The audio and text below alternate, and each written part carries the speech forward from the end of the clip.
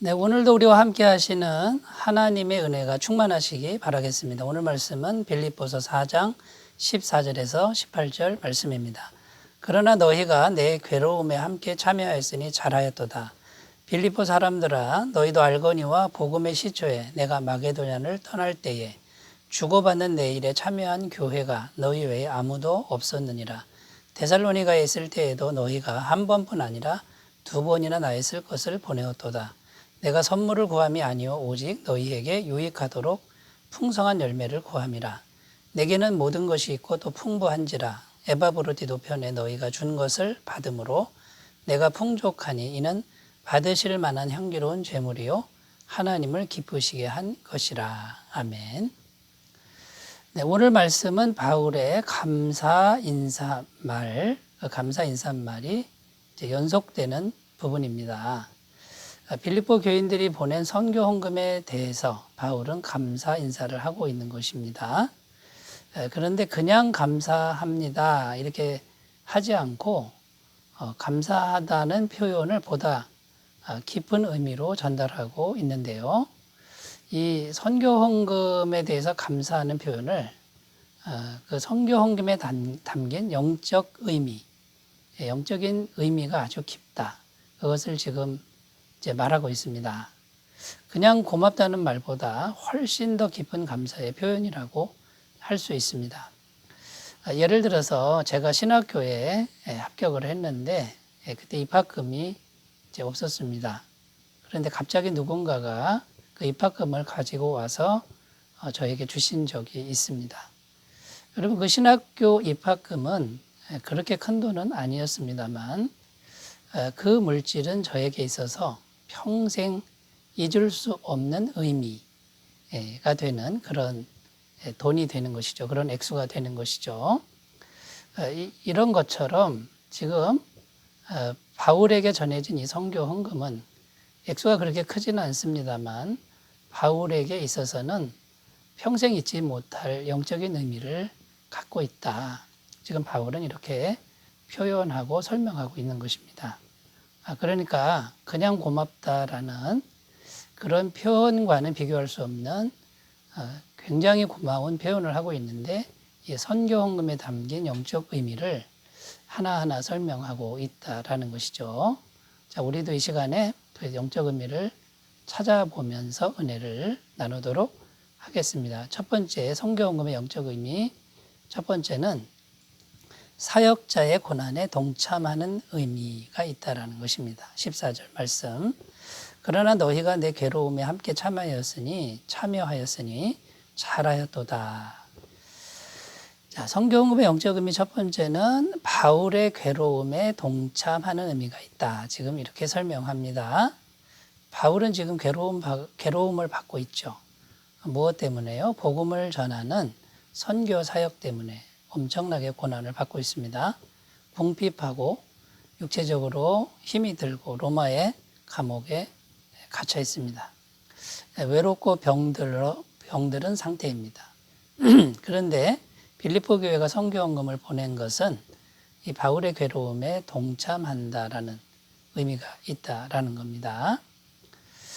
실제로 빌립보 교회는 자기들도 어려운 형편이었습니다. 그 어려운 형편에 선교 헌금을 거두어서 또 멀리 있는 로마의 감옥까지 에바브로디도라고 하는 신실한 사람을 보내서 선교 헌금을 전합니다.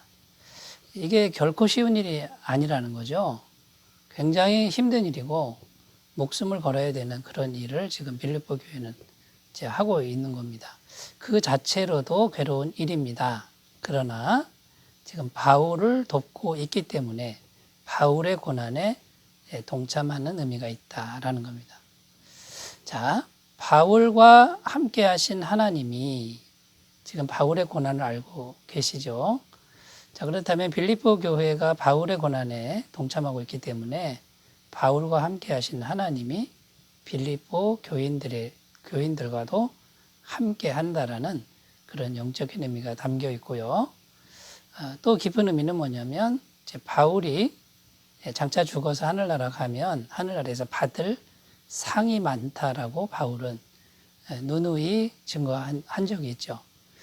자, 그렇다면 바울이 받을 상을 빌립보 교인들도 주님께로부터 함께 받게 될 것이다라는 의미가 있습니다. 여기 보면 잘하였도다, 바울이 잘하였도다 하고 칭찬하죠. 주님의 칭찬이 주님께로부터 상이 반드시 있을 것이다 라는 의미입니다. 마태복음 10장 41절 42절 말씀, 선지자의 이름으로 선지자를 영접하는 자는 선지자의 상을 받을 것이요, 의인의 이름으로 의인을 영접하는 자는 의인의 상을 받을 것이요, 또 누구든지 제자의 이름으로 이 작은 자 중 하나에게 냉수 한 그릇이라도 주는 자는 내가 진실로 너희에게 이르노니 그 사람이 결단코 상을 잃지 아니하리라 하시니라. 주님이 직접 말씀하신 복음서의 말씀입니다. 자, 여러분, 우리가 선교 헌금을 하는 그것은 단순히 물질만을 보내는 의미가 아니라는 것을 우리가 꼭 유념하셨으면 좋겠고요. 지금 선교사님들 또 사역자님들의 고난에 동참하는 깊은 의미가 있다라는 것입니다. 사도 바울은 고맙다라는 표현을 나의 괴로움에 너희가 동참하였으니 잘하였도다, 이렇게 표현하고 있다라는 것이고요.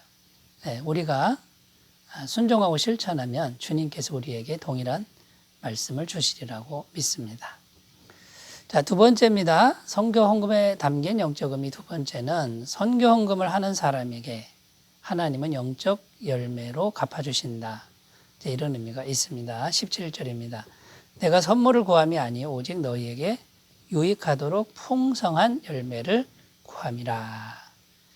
자, 여기 내가 선물을 구함이 아니요, 이 말은 물질만을 바라는 게 아니다. 나는 돈만을 구하는 게 아니다.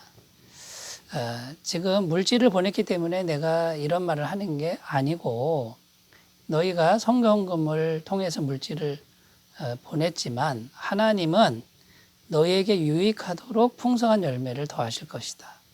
영적인 열매를 더하여 줄 것이다. 이렇게 지금 사도 바울은 말하고 있는 겁니다. 여기 열매라는 단어는 헬라어 카르폰이라는 단어인데 투자 배당금이라는 의미가 담겨 있습니다. 그러니까 너희가 선교헌금을 한 것은 하나님께 투자한 것이다, 이런 뜻이고요. 투자를 했으면 배당금이 나오지 않습니까? 그럼 하나님께서 배당금을 주신다, 이런 의미가 됩니다. 근데 하나님이 주시는 그 배당금은 영적인 열매뿐만 아니라 현실적인 열매까지도 풍성하게 배당금을 주실 것이다라는 그런 의미가 있는 겁니다. 그러니까 물질만 단순하게 보냈다, 이런 의미가 아니고요. 너희가 보낸 선교 헌금은 하나님으로부터 영적인 배당금이 이제 공급되는 그런 일이다, 이렇게 표현을 하고 있는 것입니다. 누가복음 6장 38절입니다. 주라 그리하면 너희에게 줄 것이니 곧 후히 되어 누르고 흔들어 넘치도록 하여 너희에게 안겨주리라. 너희가 헤아리는 그 헤아림으로 너희도 헤아림을 도로 받을 것이니라. 주님은 이렇게 약속하셨고요. 마가복음 10장 29절 30절입니다. 예수께서 이르시되 내가 진실로 너희에게 이르노니 나와 복음을 위하여 집이나 형제나 자매나 어머니나 아버지나 자식이나 전토를 벌인 자는 현세에 있어 집과 형제와 자매와 어머니와 자식과 전토를 100배나 받되 박해를 겸하여 받고 내세에 영생을 받지 못할 자가 없느니라. 주님께서도 이렇게 분명하게 약속하셨다라는 것이죠. 그리고 또 이 선교헌금을 하는 사람들에게 하나님의 사랑을 받는 축복도 있다고 성경은 증언합니다. 고린도후서 9장 7절입니다. 각각 그 마음에 정한 대로 할 것이요 인색함으로나 억지로 하지 말지니 하나님은 즐겨내는 자를 사랑하시느니라. 하나님이 사랑하신다, 이렇게 표현하고 있고요. 또 모든 일에 부족함이 없게 하신다, 이런 약속도 주셨습니다. 고린도후서 9장 8절 하나님이 능히 모든 은혜를 너희에게 넘치게 하시나니 이는 너희로 모든 일에 항상 모든 것이 넉넉하여 모든 착한 일을 넘치게 하려 하심이라. 모든 것이 넉넉하게 하신다라는 약속의 말씀도 주셨다라는 겁니다. 여러분, 이 말씀을 하나하나 생각해 보면 얼마나 하나님이 배당해 주시는 그 영적인 열매가 풍성합니까? 우리가 이것을 굳게 믿고 정말 하나님을 생각하면서 귀한 사역을 감당하시는 그런 은혜가 있으시기 바라겠습니다. 세 번째로 보겠습니다. 세 번째, 성교 헌금에 담긴 영적 의미, 하나님이 받으실 만한 향기로운 제물이 된다라는 것입니다.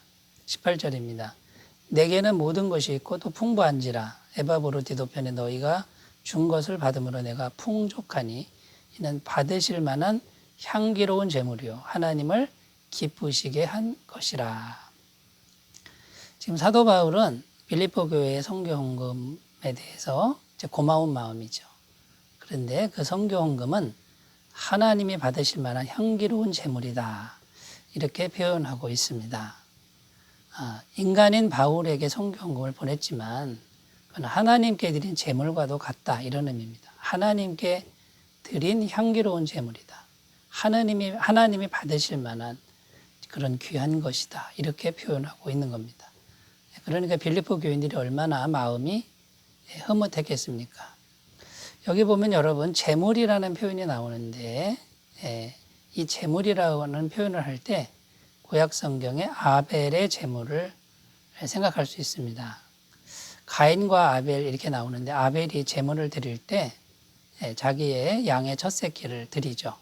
그런데 하나님이 아벨과 그 제물은 연락하셨다. 이렇게 표현하고 있습니다. 그러니까 여러분 선교 헌금을 드린 것이 제물이다. 그 말은 하나님께 드린 마음인데요. 그런데 하나님은 그 제물을 드린 사람도 함께 받으셨다. 이렇게 표현하고 있는 겁니다. 그러니까 단순히 물질만 보낸 사건이 아니다라는 겁니다.